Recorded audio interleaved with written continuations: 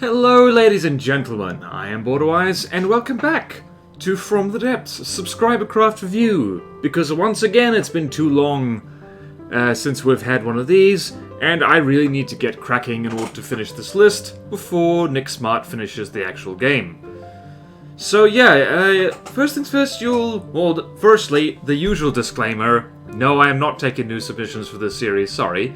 Second disclaimer, you might have noticed that there was no opening montage for this particular Subscriber Craft review, and that is because, through absolutely no fault at all of the creator of this vehicle, this thing has not aged well and is not really fully functional anymore. And there's only so much I'm really willing to do in order to fix it without actually, like, rebuilding the thing, and that's not the point of this series. So bearing that in mind, let's get into it, because this craft is actually quite interesting and, in a weird way, refreshingly simple. Like, it looks big, and it is big and complicated, but there's actually not a hell of a lot to it, and I kind of appreciate that. Like, it's nice to have a craft in which you look at it and go like, okay, yeah, I see what you're doing here.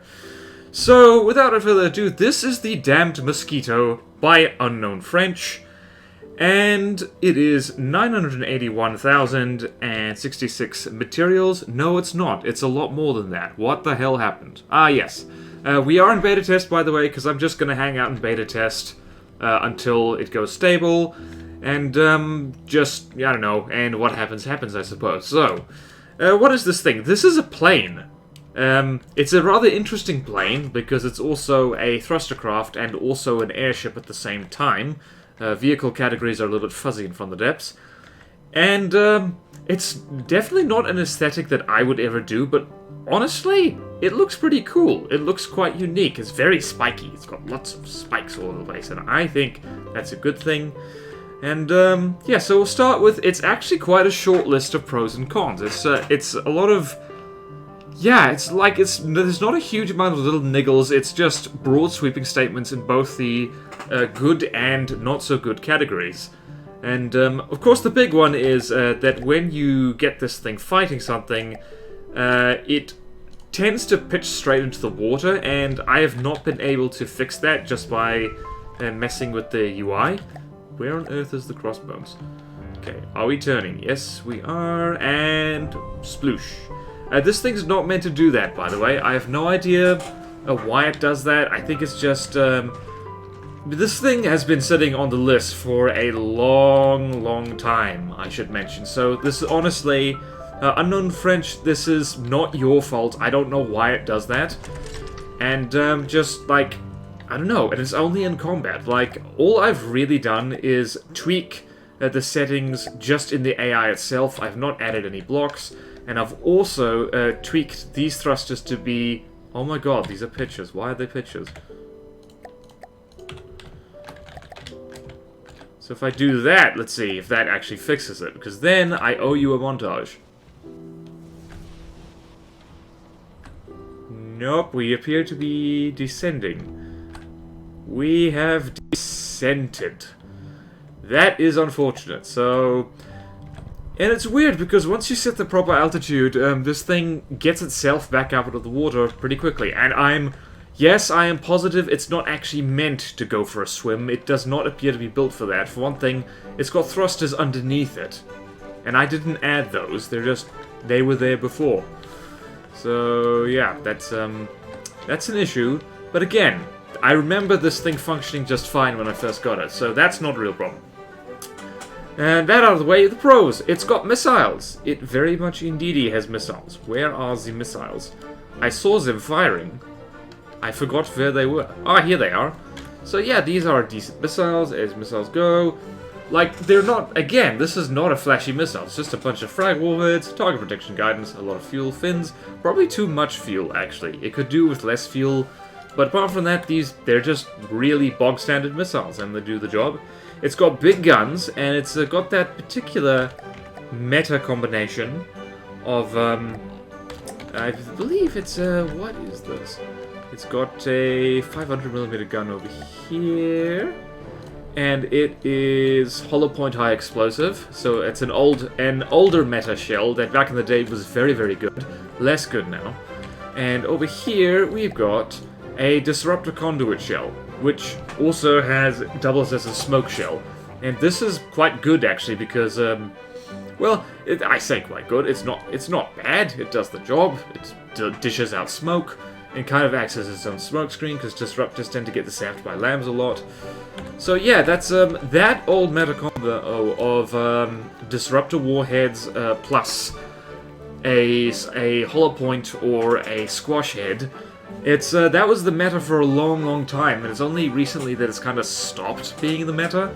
I believe the meta now is just it's actually like there's no there doesn't feel to be there doesn't seem to be any straight up just meta everything, like this is better than absolutely everything shell at the moment, except possibly Hesh because of improved armor values here in the beta test, which will soon be in the stable, so I'm predicting the future. And so yeah, it's got big guns, and it's also got decent engines, by the way. So a common trap that ambitious-looking things like this fall into is that their engines are so good. These are Behemoth engines, so the Behemoth is quite a famous engine. It's not as good as it used to be, but it's still pretty decent. So if we go here, I believe it's a 430 power per material at the moment, so it's not bad. It's not excellent, but it's not bad, and it's considerably more efficient still than an injector engine of the same power. Or a steam engine. That's a common trap as well. Steam is hungry at the moment. So yeah, it also should mention that over here on the guns, this is no particular order, you'll notice it's got ejectors here. So this is something I consistently forget to do when making APS, which is a bad thing because this is a very good idea. This is one of the better ways to stop a front-sider or anything that has really big volatile APS guns from destroying itself when it gets damaged, is you stick ejectors on it. And ejectors are great, and these work great, especially because both these shells have emergency ejection defusers, which means that when the shell gets ejected, it is unable to explode. So that is a good thing. That is very much a good thing. And this particular shell, the hollow point, you can see armor piercing is kind of bad, and it's like not as good as it used to be, but it's alright. Also, with the upcoming changes to materials and resources and fuel, it's like it's actually carrying a bit too much fuel and a bit too much ammo, but that's not really a problem because they double as material storage now. You'll notice it's burning through materials quite fast. That's mainly because of these big thirsty custom jets, which enables it to go at 93 meters per second. And if this thing wasn't continuously pitching into the water, it would be quite fast and quite hard to hit. I remember that from back in the day. When I first loaded in and tested it, it was actually pretty formidable. So most of the problems with it is just its age, rather than anything else. And I know I tend to say this with subscriber crotch reviews a lot, but I reckon this thing could be updated fairly easily. You just got to adjust a few things here and there, balance the thrusters out, and like you've already got something that's most of the way good to go. Like swap the shells out a bit, add some, tweak the missiles, etc, etc. Should have said that earlier, but yeah, well, I did say that earlier. So yeah, that's basically all the good stuff, really. You also notice it's got a lot of batteries, which I'm not entirely sure what they're there for, because it doesn't... Ah, these are backup engine power. In case the main engines get shot out, I guess. Like, it's a hell of a backup. Jeez, that's a lot of batteries. So yeah, what's the bad news with this thing? Well, aside from the aforementioned aging problems of this thing tends to flop into the water and carries too much stuff, outdated shells, blah blah blah. It is a repair monster, and even back in the day that was bad, and these days, that is disastrous. That is not a good thing at all, because if you rely on repairs to stay alive, you are also burning up your fuel and ammunition. So in this new changes, that's especially bad, but it wasn't a good idea even back in the day, because this thing really eats the money when it starts taking damage, and take damage it does, because even though it is quite fast, you'll notice it's quite big. It's over 100 meters long, it's almost as wide, and it's also decently tall, 30 meters tall. It tends to get hit a lot. So yeah, that's a bit of a problem. And it also has funny heavy armor spam. So you'll notice there's bands of heavy armor around here, which I assume is mainly for looks, but it is useless for defense because all that means is that the metal bands in between get blown away first, and then the heavy armor blocks fall off later. So it's bad heavy armor spam, basically. So there is a nice full heavy armor wrap around the ammo compartments, which is a good thing. Ah, see, this is, back in the day, this would have been a pretty decent form of aimpoint spoofing, because this thing is an aircraft that does bombing runs at the enemy, and the ammo storage is on the sides, or at least off the center of mass, which means that back in the day, this thing doing its Tokyo drift, it would shots would be leading the target pointing that way, and then it would turn and then over or undershoot. Not so good these days. And the elephant in the room, the big elephant in the room, is this: exposed deadly blades. In particular, when you contrast that with all the heavy armor on this thing, and just all the layers and layers of metal, and just overall just so much big, expensive armored bits. This is a bad thing. Like, even back in the day when this thing was first made, it would not have been too difficult to cover that up with metal just to give rudimentary protection from explosives and flak and all that stuff. And these days, when you have the absolute magic, which is ducts, there's really no excuse for this. Like, even aesthetically, like, you could, like, no, just no. And same here for these pushing things. Well, these are ACB controlled because, again, when this thing was first built, you couldn't just control Deadly Blades just using their regular AI in order to get it to move backwards and forwards. You'd have to use ACBs, which should tell you just how old this thing is. It's a miracle it's survived as well as it has. So yeah, this is a major problem. So if we go explosion, and let's go 5. Let's go, okay, we can go 1000, let's say a 30-meter radius, so like flak explosion going here, boom, that's immediately a Deadly Blade just knocked off. And here as well, boom, Deadly Blade knocked off. And yeah, that's a bad thing. Also, like, really, really too many lambs nodes. And also, actually, a lot of jet engines over here. That's way too many. So, yeah, that's a problem. It's also very compact. There's not much in the way of spaced armor for this thing.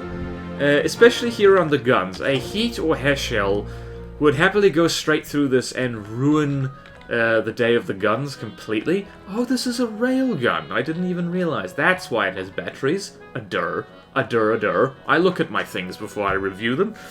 So, yeah, just, yeah, the no spaced armor over here, nothing really. There is spaced armor here. Stone wrapping around the EMP vulnerable bits, that's a good thing. But yeah, there's EMP over here, but on the underside... It's 1, 2, 3... Nope, so no spaced armor on the underside, although it does have full heavy armor wrap around the AI, which is a good thing. Spaced armor on the rear... Yeah, so, whoops. It does have this hole in the spaced armor here. I'm pretty sure this isn't meant to be here. So, yeah, that's an issue. It has got this decorative thing, though. This does basically nothing except look cool. But that's cool. And, another outdated thing, so you'll go here, and these are the decoys. This ACB should not be hanging around outside here. That's a terrible idea. And this is, back in the day, before radar target simulators were added, radar buoys were your thing for distracting radar-guided missiles. The problem with these things is that you do need to have, whatchamacallit, you need these things. You need to stick these things in your craft, either attached to an AI or not, in order to launch these things at all. And these are expensive. They're 100 materials each. So these are all. This is another little outdated thing. That's not. You can't really blame UnknownFrench for that. Did I say Giant Snake before? I think I might have. Whoops. You can't really blame UnknownFrench for that because, like, you know, that's when it was built. That was fine. That's how it worked. It was dumb, and that's why they changed it and added a new thing. But yeah, it's that's how it is. And yeah, so that's basically it. That, like I mentioned before, this thing is refreshingly simple. It's got big guns, it flies, and it flies towards the enemy, and that's pretty much it. And I would love to show you combat tests with this thing a lot more, but honestly, like, it is kind of sad just to see this thing, which was scary as hell back in the day, by the way. It has been rendered, like, kind of obsolete through the updates. It's not beyond fixing, to be perfectly honest, but it wouldn't surprise me, like, if UnknownFrench, like, you can just do way, way better than this, because it's been a very long time, and I freely accept responsibility for that. And, I was about to say something else, but I forgot what it was. Yeah, so, it's as sad as it is for designs like this to get outdated by the game, do keep in mind that I don't know, that's kind of what we signed up for an early access title. And, like, I have no doubt that in pretty much all the things I've reviewed, the builders learned something while building them, and they learned something, hopefully, well, they probably didn't learn. A lot of the later ones, they probably didn't learn anything from me reviewing it, because it's been so long that they've moved on, and their skills have just improved. But yeah, it's just, you know what? I still kind of like this thing. Because, like, this, you know what this is? This is old enough to trigger nostalgia for me. This is like, oh man, I remember back in the day when things were different. And things were kind of dumb, to be perfectly honest, but they're still fun. So yeah, that's, this is quite a short subscriber craft review. This is not, like, as I said, this craft is pretty refreshingly simple, actually. It's like, it's amazing. It's a big, expensive thing. Very much so. But yeah, that's like, sometimes the simple things just work. They, you know, it's a big armored thing, it flies and it shoots things. That's pretty much it. And it's got a short list of very strong pros and a short list of very serious cons. And that's lovely. You know what? So, thank you very much, UnknownFrench, for submitting the damn Moskito. And thank you a lot for being patient. And sorry for the brief review, like, if you were expecting something longer. And thank you all so much for watching. Please like, comment, subscribe if you want to see more videos like this. Support me on Patreon if you like. It really helps. Thank you to all my current Patreon supporters, and I will see you next time in From the Depths. Subscribe, craft, review. I believe there's at least one more left, maybe two. I should check that. Farewell.